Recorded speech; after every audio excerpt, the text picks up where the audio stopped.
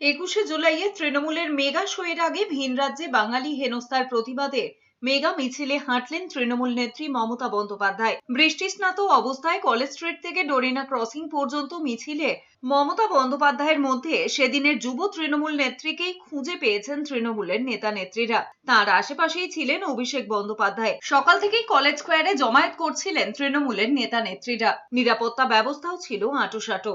এরপর মমতা বন্দ্যোপাধ্যায় অভিষেক বন্দ্যোপাধ্যায় পৌঁছতেই দুপুর 2টোয় মিছিল শুরু হয়। বউবাজারের Nirmal Chandra De street, Subodh Mallick square, SN Banerjee road হয়ে ধর্মতলার ডোরিনা ক্রসিং এ পৌঁছানোর কথা থাকলেও মমতা বন্দ্যোপাধ্যায়ের ইচ্ছে এসএন ব্যানার্জির বদলে লেলিন সরণি হয়ে ডোরিনা ক্রসিং এ পৌঁছয় মিছিল।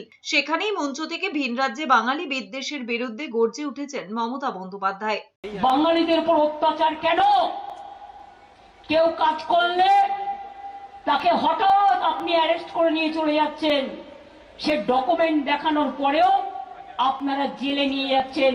हमारा स्टेट में भी 1.5 करोड़ से ज्यादा माइग्रेंट वर्कर्स है, वो हमारा लिए काम करता है देश के लिए।